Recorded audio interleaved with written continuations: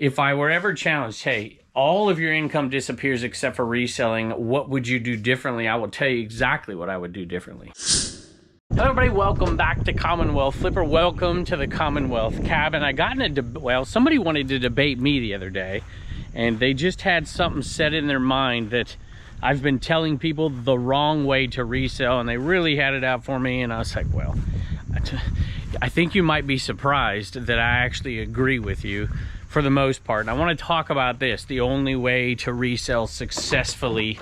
Talk about some of the advice that they thought I was giving that in actuality, I never say.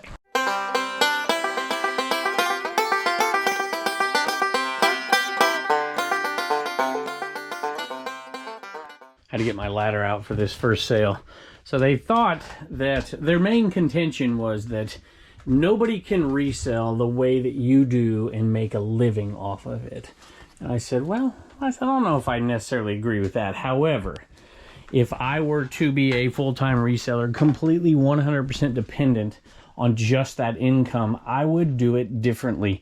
And they found out pretty quickly that I actually agreed with them on a lot of stuff. And I want to talk about those things today for both part-time resellers and full-time resellers. My buddy sold, and I've sold my buddies cheaper than this, so I'm working on this one, I guess, because it's got the clothes and everything. Blue eyes, that guy sold pretty good. It sold for $39.95 plus shipping. I think most of their misconception of me and what I do in here is it comes from a place of the fact that they usually don't watch the show all the time. So I say a lot of stuff over a long period of time, and I think they're a bit confused. But their contention is there's only one way to be a full-time reseller, and this is not the way to do it. So usually, I don't know, every quarter or so, I'll do a video that expresses this, but this one's gonna be a little different because I think times are changing and these points are even more relevant, especially for the people out there who think they're gonna become full-time resellers. And I had a conversation with somebody the other day that is truly a full-time reseller, completely dependent on the income, no other income coming in. PlayStation 4 controller, I was pleasantly surprised to see this one sell $34.95. It actually went to a drop shipper, and I know because of the message, $34.95 plus shipping. Pretty easy to tell, actually. This person has almost 13,000 feedback. Hi, could you please not include any invoice inside the parcel, as this is a gift. Please ship this out ASAP. If you are, for whatever reason, I've never heard this one before. This is interesting. If you are, for whatever reason, unable to fulfill this order, please cancel the order and say buyer requested to cancel. Buyer requested to cancel, meaning him, he's the buyer. I would not leave any negative feedback, I promise. I would rather this so I can look for another copy. Thank you so much. Have a great day. So they're obviously trying to make sure that they don't have their buyer that they're drop shipping it to upset and there's no delay. They'd rather it just be canceled. They don't care if it's on their account.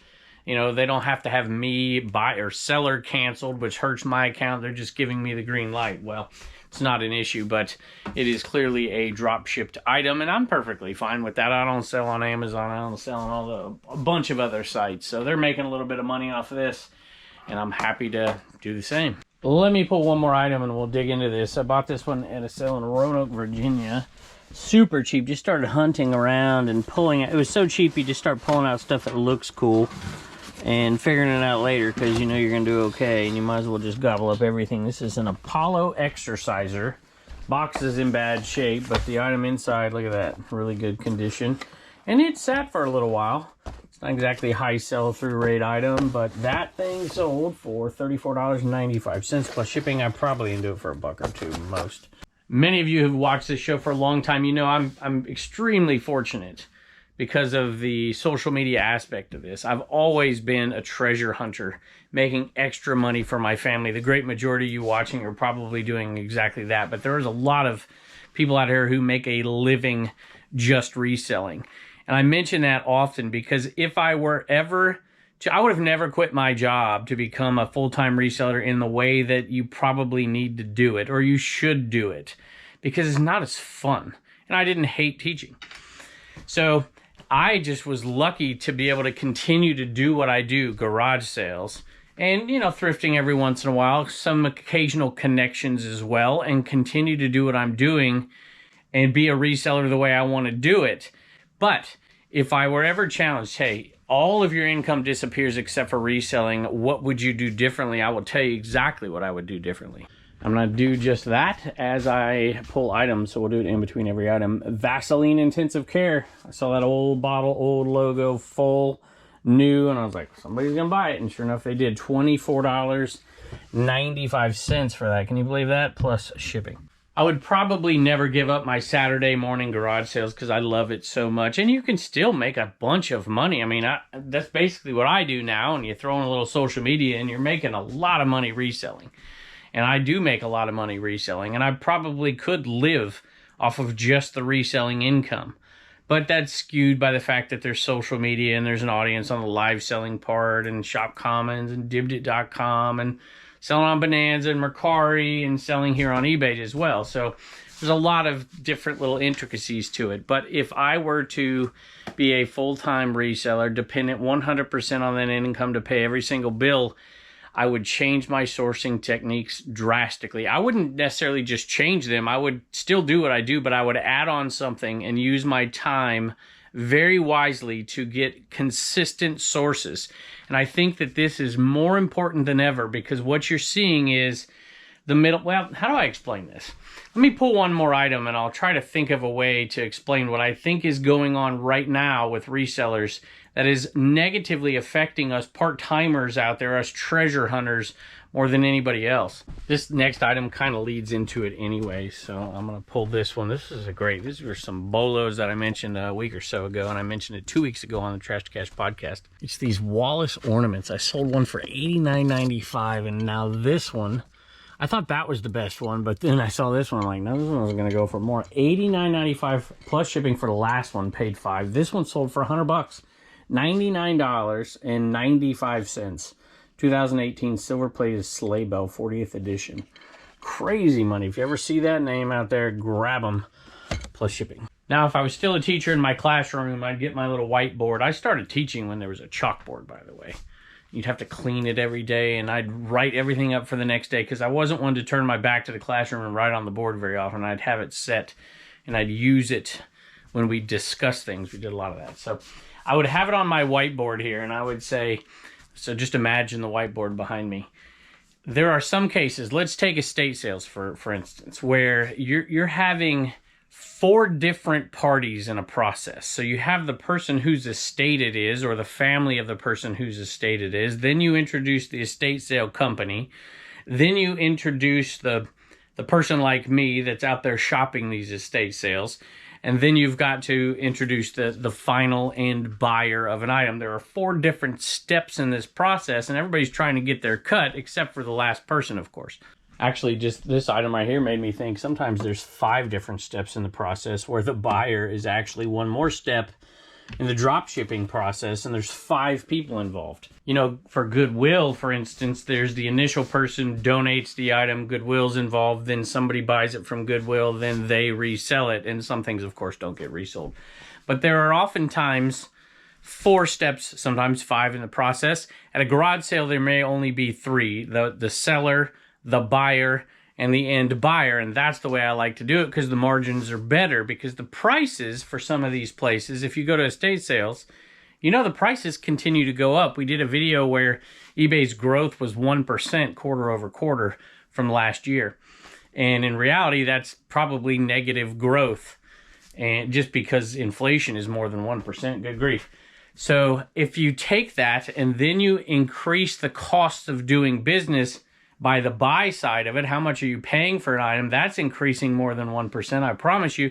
Then a lot of people are being squeezed. So what you're seeing is those folks who depend on that income, they're finding ways around one of those steps in the process. Cutting out the middleman, or cutting out one of the middlemen. In some cases, there are 2 or even 3 in order to get that product at the price they used to get it at, or better even, or more product. This is a Love Pet, what do they call this thing here? Love a Pet Chance Plush Pet Rocks Brett Michaels puppy. See that? Look at that. And it's even got the little bandana on it. And it's sold for $16, $15.95 plus shipping. I've done a video on the goodwill portion of it. I'll kind of avoid it here a little bit. I'll say something really quick.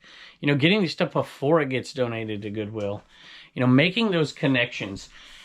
You know, look at the storage unit auctions or the storage unit stuff kind of growing right now. They're trying to get around it. And sometimes to get around it, you got to get that stuff. And in order to get that stuff, you got to buy in bulk. So a lot of these full-timers out there, y'all, they're going out there actively searching more than they ever have to get the rock bottom prices. Now, they're doing a lot of labor to get it. You know, you just don't buy storage units and pull out eBay stuff like crazy. Sometimes you end up with a bunch of junk you don't want, and they got to find a way to get rid of it. This is what got me started thinking about shopcommons.net, because there are so many of those. I'd like to just bring that product from those people who have the time resources, the financial resources to buy out estates, to buy out storage units, to buy out companies, wholesale companies, all kinds of stuff that goes out of business from time to time, and bring this to other resellers who don't have the time to go out there and whose sourcing, traditional sourcing, has got expensive. And so that's what you've started to see with some folks. And so cutting out that middleman has been a big, big portion of it. And I would be one of those people. I would be making connections with those estate sale companies. And I hate dealing with some estate sale companies, but there are some good folks out there. Some of these estate sale companies have even realized that they can cut the middleman out completely. They can sell live. They can look at these live selling platforms. Why have the actual estate sale when you can just sell it all live? You can sell it on HiBid, or you can, which a lot of them do, or you can sell on Whatnot Live. You can parse it out. You can create systems. And so sourcing is changing for some people and getting more expensive.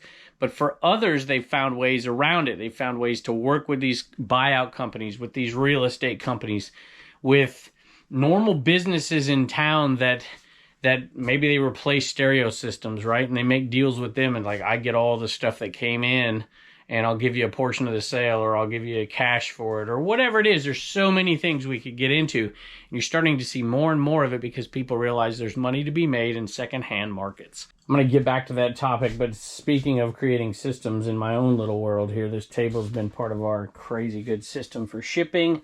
And Zach bought a copy from CommonwealthPicker.com. So getting back to the original topic here, which was I was giving out terrible advice for resellers and whatever on YouTube. And I was like, hey, I was nice. I mean, it was a good conversation. I said, you know, I challenge you to tell me where I have ever said this is the way to become a full-time reseller. What I do in here might be a piece of the equation, but it's not what I've ever said. This is, you know, going to garage sales, you can make a full-time living. I actually think you can, depending on what your costs are to live, and what kind of lifestyle you want, and if it's a second income in a home, that kind of stuff. But I've never said that. I've never ever said that. And if you watch this channel, you probably realize that. And I'm talking to the great majority of resellers out there who don't want to get a trailer and go clean out, you know, rental houses and skim off the stuff they can sell and make that investment in backbreaking work and whatever. They don't want to do it. They want to go treasure hunt and get away from their job on the weekends, you know. And there's a lot of folks around here, you know, with Thursday sales, Wednesday sales out in the Midwest. We don't have any of that stuff. We're lucky. Once or twice a year, you might get a Thursday sale. You know, maybe 10 weeks a year, you might get a decent Friday sale around here. But it's basically Saturday for us. And that's what a lot of resellers want to do. It's what they enjoy doing. So I'm speaking to an audience of all kinds of resellers out there. So he finally conceded that. And then we started to have an open conversation about reselling. And we talked about his sources. He's like, why don't you do this? Why don't you do this? You've got enough capital to go out and do whatever. And I was like, well, I may do that in the future. And I probably will do that in the future. And I actually have a few sources around here, but I don't actively seek them out yet. And I might. But it's because I love what I'm doing so much. I don't want to create a job for myself. It's been just an incredible blessing to continue to pick and resell the way I have and to grow it that way and not the most scalable way. Speaking of social media, it's why I've decided to grow my business, not in the massive buyout part of my business, which I probably still will dabble in, but in the bigger market of normal, for lack of a better term, mom and pop treasure hunters out there, and to provide stuff like Dibdit.com and Shop Commons. I think that's the great majority of resellers, and I think it will continue to be. So these sold over on Dibdit.com. I mentioned them last week. And they sold to Glitter Witch Thrifts. I was going to go check it, but I remembered it. And we put them out there on deal of the day, $12.95 plus shipping. And I think that's a pretty good deal for these guys. That guy's worth that for sure. I think we'll replace it with the next deal of the day. It's a 1971 Pillsbury Doughboy. And I think I'll put it out there super cheap. He won't stand up because he's got no feet. And we'll put him right there. And we'll put them over on Dibdit.com for, I don't know, what do you think, $3.95 plus shipping? Is that a good enough deal of the day? I think so. Nice to see a couple of buddies come in and join us. Whoa, sit. You got to sit for your treat. Sit. You're sitting. Good. No. Age before beauty. There you go, bud. By the way, thanks for over 5,000 members over there on Dibdit.com and over 3,000 over on Shop Commons. So that's kind of why I started Shop Commons, because I know there's a lot of people who buy in bulk who don't want to sell live. And they'd rather box it all up and sell it off in a lot and then skim what they want to sell and what's in their best interest. Or a lot of these people don't even, they just wholesale everything because it's just about turnover. And then they make a lot of money on their local flips with tools and stuff like that. These dogs. While I do have examples of people who do exactly what I do and they're making a full-time living, it is hard. And they work extremely hard and they have some special circumstances. Most of the time, it's another stream of income, you know, where they might be able to make 60, 70,000 net profit a year, reselling exactly the way I do it, or maybe through a thrift store. I sold this one right here. And this was one of those $5 buys at a sale about 2 weeks ago over there on the Commonwealth Picker channel. And I think this one sold for a little less than the other one. This one sold for $30, $29.95. This is just that, what do you call it, a shrink wrap. I think you can get that over there on American Bubble Boy now. I'm pretty sure, and I think you get a discount. You don't get a discount on the bubble wrap if you use my link.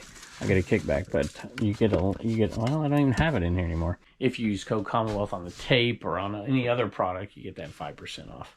I thought the next item was right here because it's a G.I. Joe toy, but I realized that I put the big ones inside, so I got to go in there.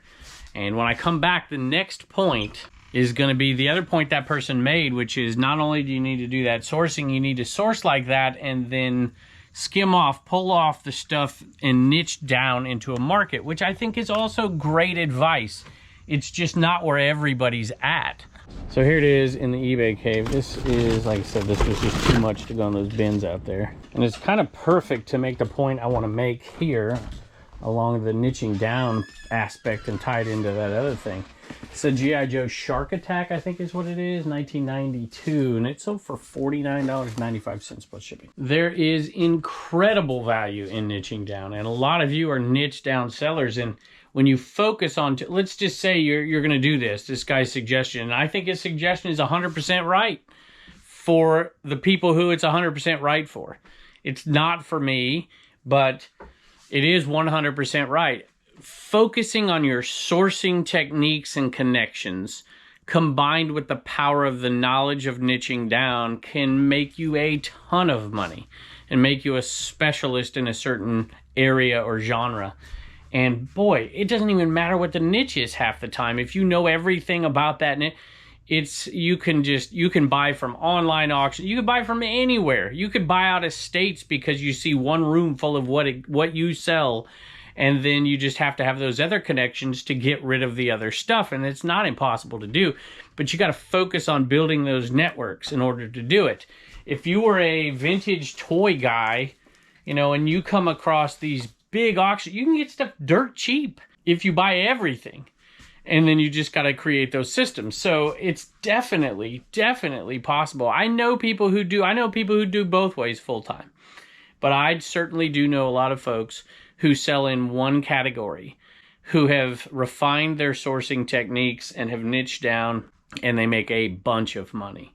And that would be the hardest part for me, is niching down, because I like to sell so much stuff. But I certainly would do it, and I would certainly find a category that I love the most, which you could probably figure out would be like 80s stuff. I don't know exactly what I'd call it, but you kind of get the point. So I didn't disagree with that person, and I know people, I've talked about Uncle Steve. I don't want to sell you down the river here, Uncle Steve, but he's increasingly done this. And he's been selling off a ton of stuff that's not related to the niche that he's in, and he's focused on the sourcing side of it and making connections, and he is making more money than he's ever made by far. But he still loves garage sales too, so he doesn't want to give that up. And so he's trying to figure out ways to do this successfully. I met a comic book guy the other day. He only does comic books, which was great for me because that's where I got these ornaments, right? I knew I didn't have competition in there. So an everything seller has its benefits, and then a niche down seller has their benefits as well. And I wish I knew. There's only so many hours in the day. You can't be an expert on everything. It's just impossible. But I wish I knew certain categories better than I do.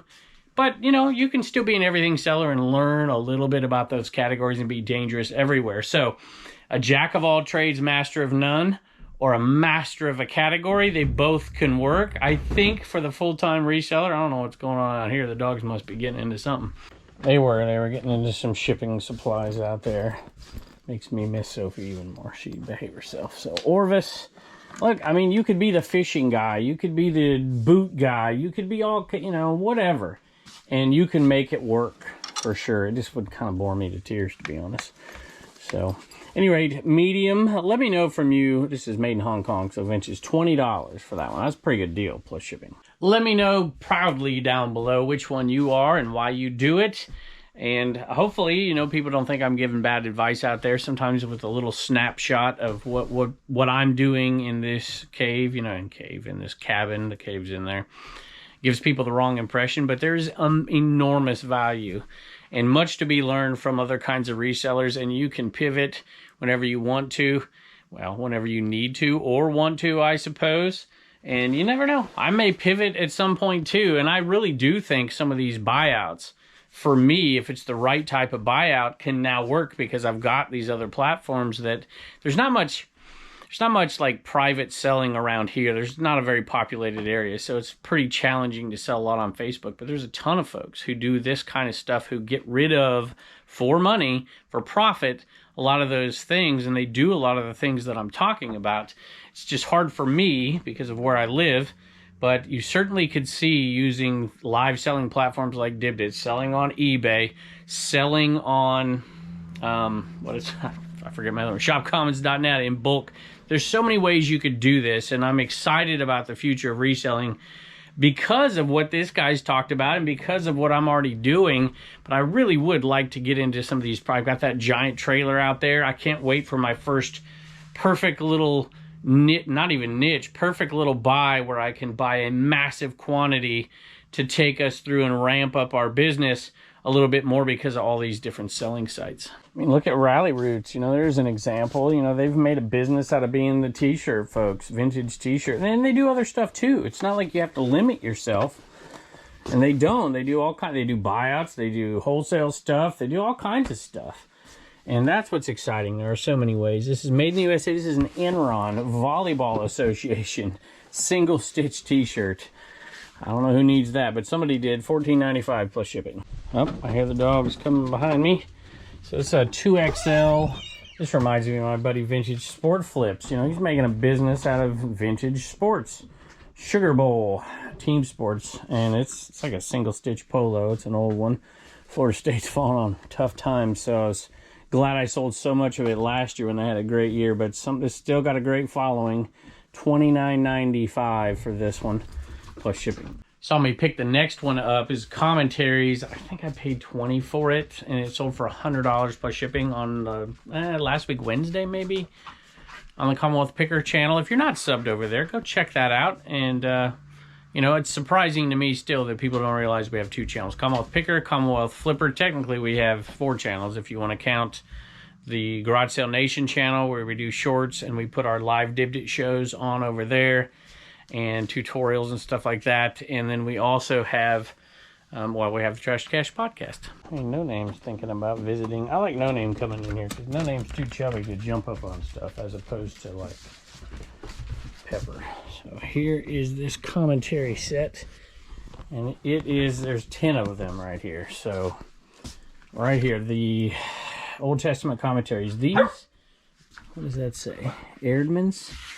So these right here can do pretty darn well. What are you doing? Be nice to the cat. Smart cat to get up there though. Paid $20. sold for $99.95. So it should be around $65 profit when it's all said and done. Maybe a little bit less than that. $63 profit. I like picking up commentary. Hey, you be nice. You be nice, huh? Be nice. Be nice. Be nice. You're sweet, aren't you? I mean, think about just gathering, you know, volumes of information about books. I mean, there are tons of full-time resellers making full-time incomes from selling just books. And so it definitely is right for some folks, maybe not me, but it's right for some folks. And I like to get more knowledgeable in it because there's some money for sure. Audi wheel locks. I think that's right. Is this the right one? I'll have to double check it, but I'm pretty sure it's the right one. And I like selling wheel locks. They usually do okay. Yep, there it is. And those sold for $25.96, 95 cents plus shipping. How cool is this thing? At first look, you might be like, what is that? Some woman's vintage top, which it is. But check out what it was. Check out what's on it. That's Peter Pan, y'all. Little pockets. How cool is that thing? $14.95 plus shipping. Hey, heads up really quick. First ever live lot sale, wholesale lot sale on shopcommons.net is going to be at noon on Tuesday the 24th. So go check it out. I almost skipped over this one earlier. It's a Raggedy Ann book lot that I picked up. And everything was super cheap, so I figured, what the heck, somebody'd want this, lot them up together, and James did. James is a viewer, not a reseller, so thank you, James. We appreciate that greatly. That's some, look at that, it's got some Halloween colors in it too. A little vintage Raggedy Ann lot right there. Hey Kevin, thanks for the great videos. Really enjoy them. I'm not a reseller, but I have been a supporter for a couple of years. Well, James, we appreciate that very, very much. And I'm glad to bring new resellers to the platform, or new buyers to the eBay platform as well. And hopefully you can find some stuff for your loved ones this holiday season out there from some other sellers. Sold a Madonna / Marilyn Monroe lot. I figured, good enough to put them together. That might make some people angry that I said that, but hey, that's okay. And it's just got a bunch of different stuff. Playing cards, a book, VHS, some prints, some other different stuff. So $24.95 plus shipping. I mean, imagine being so good you can go on eBay. You're so good at your niche, you can go on eBay and find those deals. I know a lot of folks who arbitrage from eBay to eBay, because they just simply know better. They know titles, they know how to do stuff better, they know their category better. This is a Louis L'Amour lot. I'll just show it to you here and then pick it up. So it's got cassettes, books, not high-end Louis L'Amour, but I think we still got $17.95 plus shipping for it. These two have finally given up torturing this one right here. Well, maybe not. Let's see if there's torture going on in here. Are you too tired? Yep, too tired to bugger. All right, y'all, Turner's got some Commonwealth comedy for you. What do you got, buddy? What do you call a magic dog? What do you call a magic dog? Poncho. No, I don't know. What do you call a magic dog? Abracadabrador. You pronounced it right. That's pretty good. Thank you. Bye. Been a while since I sold one of these right here. Size medium. I see all the smalls. There's probably mediums back here. And yep, there it is. Sold this for $19.95 plus shipping. Paid $4 a long, long time ago, like 3 years ago, and we've been selling them off, making a little bit of money over and over and over again. All right, Reagan's here, which means all of God's creatures are with her. What do you got, babe? Robert and Iris got a number 2 Animal Man and a blacklight. Catherine, or maybe Catherine, I think. Yeah, Catherine got a CWP bag and a blacklight, and Heidi got a blacklight. All right, baby. Thank you. Bye, and don't forget to get your stickers at CommonwealthPicker.com. Speaking of stadium giveaways, on the last episode, here's another one. These aren't nearly as expensive as that one was, though. A couple of hats, little bucket hats from Liberty University, and they're headed out for $15.95 plus shipping. I hope I've given some folks some things to think about, and now I want you to give me some things to think about, where I'm right, where I'm wrong, where you agree, where you disagree, always down there in the comments. And just want to add one more thing. This thought process and how things are changing for sourcing in particular have really got me thinking about, that's what got me thinking about Shop Commons, connecting the right type of seller to the right type of seller. It's why you might go over there and find some weird stuff that you would never want to buy, but the weird stuff tends to sell because there are so many different marketplaces, brick and mortars, to flea markets to whatever, Amazon, all kinds of different stuff. And there's a buyer for all kinds of stuff. You just got to find the right buyer and the right sourcing, or not the right sourcing techniques, but different sourcing techniques that people need outlets for. And it's been working unbelievably. I just want to give a big thanks to everybody who's come over. We appreciate you. I hope your eBay sales are going well. I know a lot of people are reporting that they aren't, and a lot of people are reporting the best sales ever. So hopefully that's going to be you if it isn't right now. We appreciate you stopping by as always, and I can't wait to see you next time.